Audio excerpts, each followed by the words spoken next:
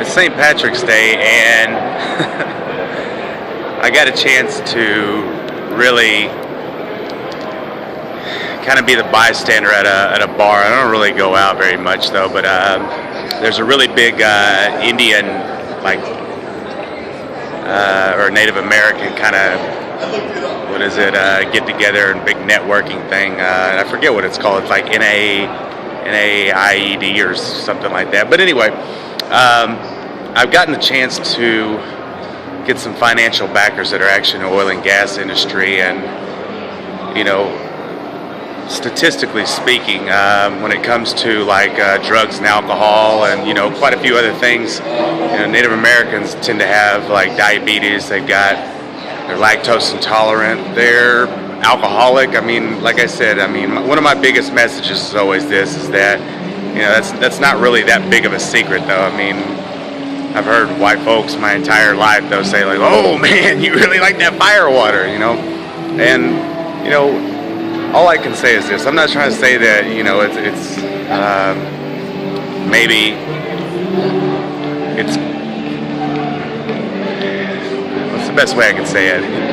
It's maybe not healthy for everybody else's lifestyle, but it definitely didn't work for me. So anyway, all I'm really trying to, one of my messages is this: is that I always try to give Native kids, or even adults though, a lot of people that just stop believing, or maybe that just believe that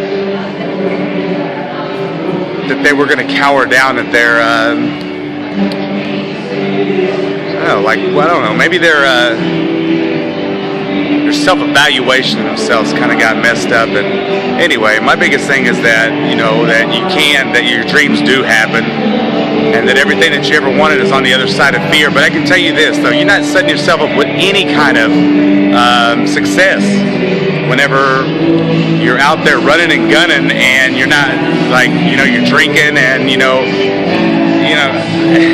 my mom always used to say this, and I hate to put like things on her though. She said Native Americans are some of the best athletes in the world. She said even though whenever it comes to like movies like Dances with Wolves, or it came to movies like Last of the Dogmen. You ever notice though that it was originally in Dances with Wolves, there was that white lady though, and I think a group of people, or a tribe, actually wind up like raiding their village, and they wind up like keeping her for a second. It might have been a little bit against her will though, but after a while she wind up like conforming to the ways though.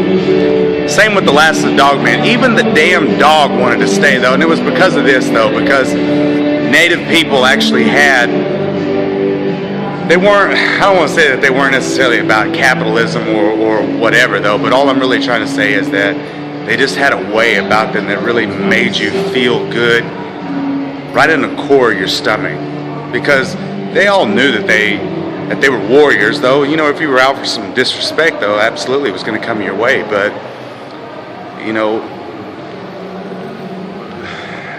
all I'm really trying to say is that there's things that happen good, and there's things that happen bad, just in life in general. And I know that with just natives though, I try to look after just some of the causes that we have, and I've had the opportunity to actually go over some business meetings, talk to some oil and gas companies, and not just for the native, or not just for the MMA community, because I can tell you this, just my personal story about trying to make it in MMA. I've gone through homelessness. I mean, no bullshit. I realized that not everybody gets the chance to.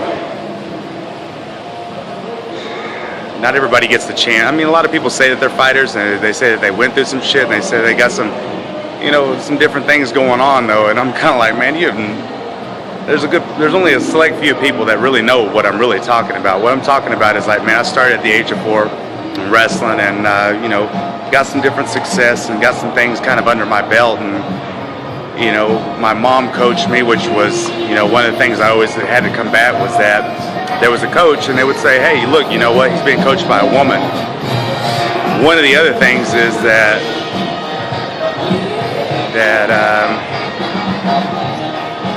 man, I had a problem, like, yeah, with drinking though, man. Like, it took me to the point of, like, you know, I would just screw away all my money. I wouldn't even think about rent. I wouldn't think about any of this though. I literally got homeless though. I'm not lying though, man. I have stolen over stuff.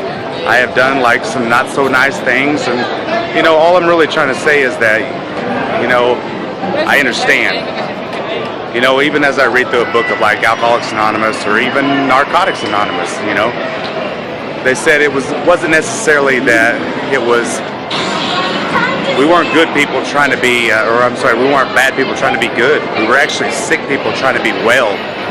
So, you know, an alcoholic or an addict is somebody that tends to be, you know, an all or nothing person. And all I know is this, is that even whenever I was coming up, you know, my family had some addictions, and I had to take care of myself quite early in life, you know. I think I started working at McDonald's, and I mean, I still look whenever I get like things like I really want to like get a burger or something. I'm like, I actually know how to, like, what the temperatures are and all this, that, and whatever. I mean, I flip burgers, man. But I got to a point where I was living like 7 miles away. I was living like, what was it, 7 miles away from where I lived. So all I know is that I couldn't keep walking to school, and I couldn't keep up my lifestyle. And sooner or later, I wound up dropping out. And you know, especially through like the identity issues and stuff like that. You know, I try to run with like a little small clique though, and you know, I wound up getting into some trouble, and I got ISS. I got suspended all the time in school, and you know, I was trying to figure me out. And all I really know is that even still though, I changed so much, and it gets to a point where I'm like, I just wake up and I know this, it's time to do work. But before any of that happens though, I definitely get some prayer going, and I've got a million things lined up. And yes, it does seem overwhelming, and all I can really tell you is this, is that temptation is pretty much everywhere. But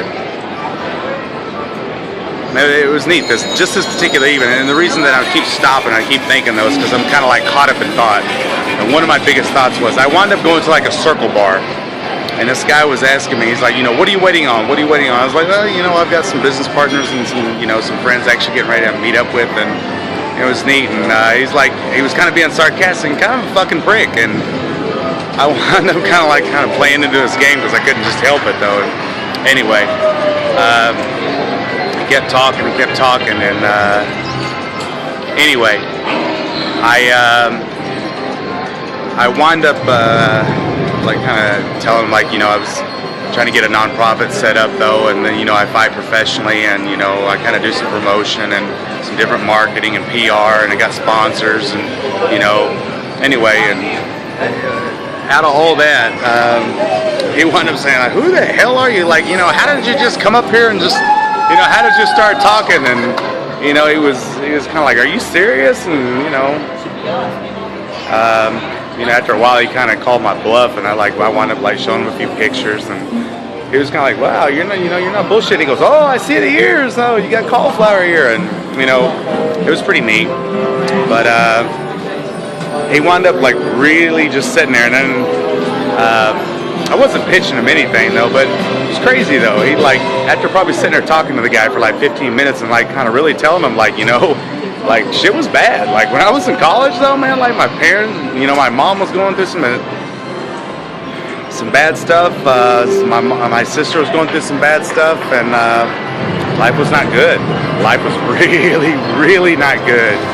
And you know, like even I get a chance to like talk to some of these meth and suicide places and stuff like that. Whenever I'm telling you, like, man, like I'd ever been at my lowest point was probably my senior year of college, and I was out there like really just, you know, I lost my father and some different things. And God, I was like kind of going into it. I really wasn't getting like that into depth, but I was kind of like, you know, telling my story though. But I told him that we didn't have a 501c3 license, but this is exactly what we're focusing on, and you know, trying to get like a home together for like, you know, for youth and teens and stuff like that, and trying to get some awareness going and, you know, fundraising. And, you know, we already had kind of, mostly, we already got the funds raised. It's going through oil and gas companies, but man, the guy, like, sorry, he couldn't help it. He was actually in a business meeting though, and I could tell he was welling up in tears, and he wound up saying, man, he goes, like, he gave me his card, and he's like,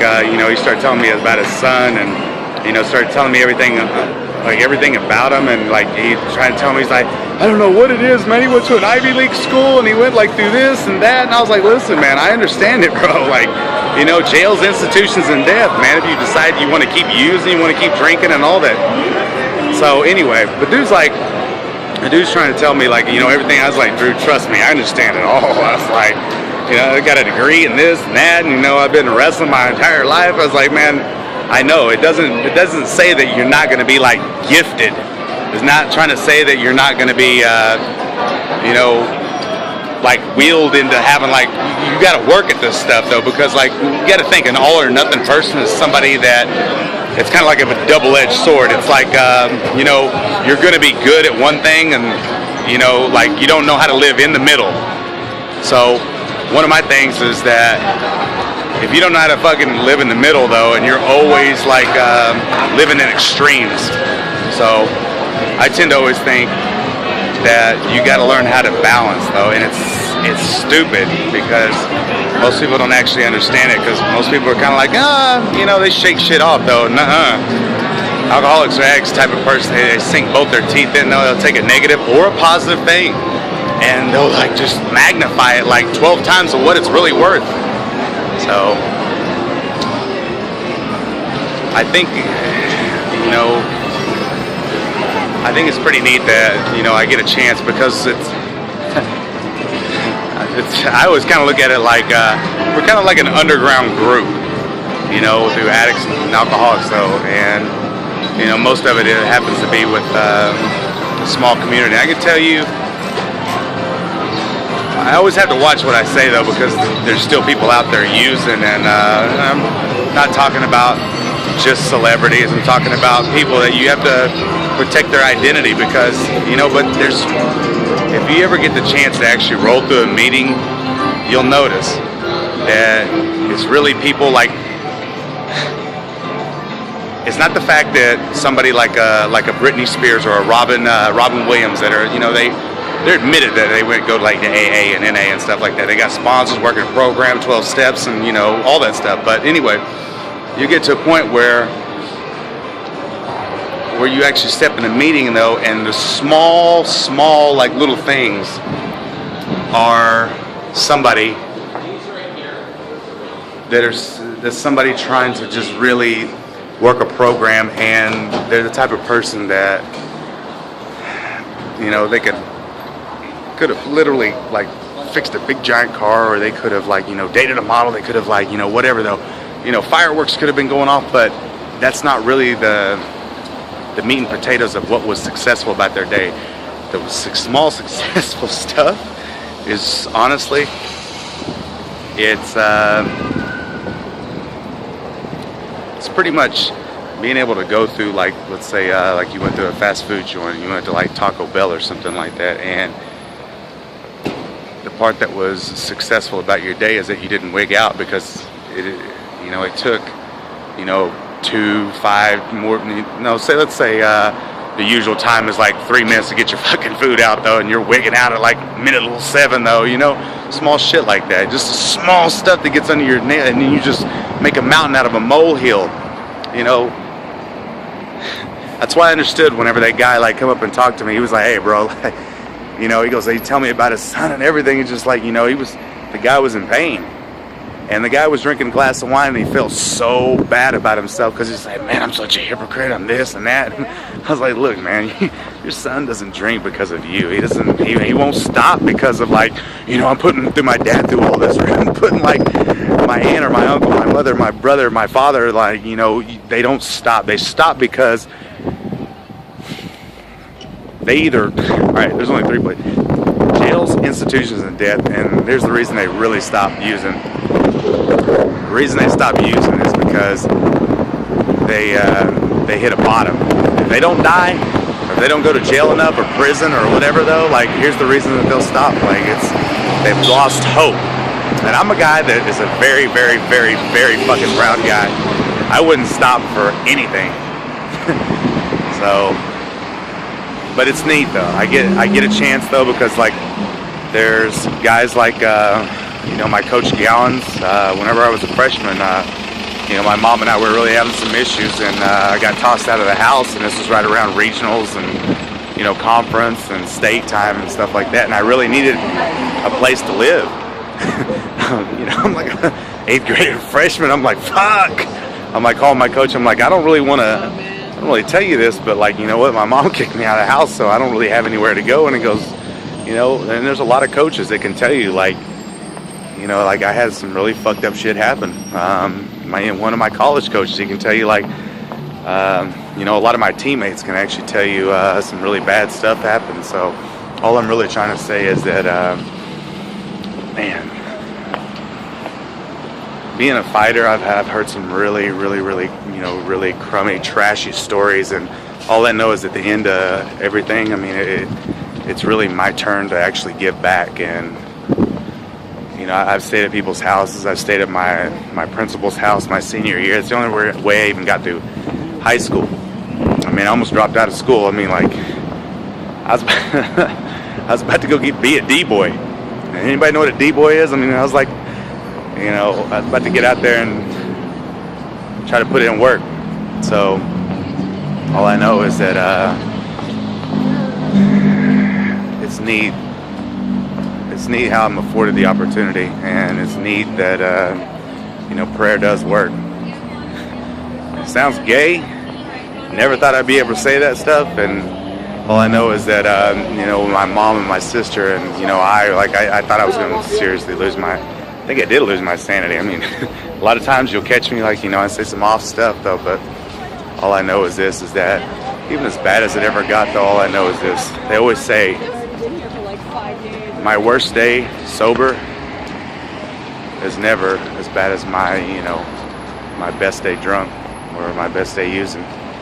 So, I mean, I'm afforded the opportunity to, you know, kind of hang out on the strip and, you know, see friends and be able to give back an opportunity of like nonprofit and being able to try to build like a shelter for like little kids and, you know, bigger kids and, you know, listen to at-risk youth. I mean, the crazier the story, the better. When it comes to me, I'm kind of like, go ahead, tell me what your story was, because, you know, I mean, I've kind of seen it, I've heard it. I mean, like, dealing with like wrestlers or fighters or even celebrities for that matter, though, or promoters and liars and cheats and thieves. And, you know, I've traveled. Trying to say I've seen everything, but I've seen quite a bit though, and it's neat.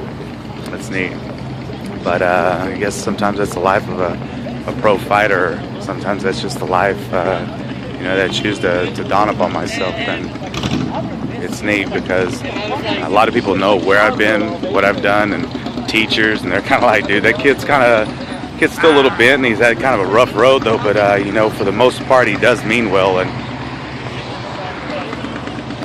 I'm really just trying to smooth out the edges every day. I'm not trying to say I'm perfect or anything like that, or saying anybody else is perfect though, but it's neat. It's neat that guy that I talked to at that bar, that round bar, he wound up giving me his card. He said, I'll donate. He owns this company, like back in Canada. Crazy. I wound up looking it up though, and it's kind of a mid-cap company.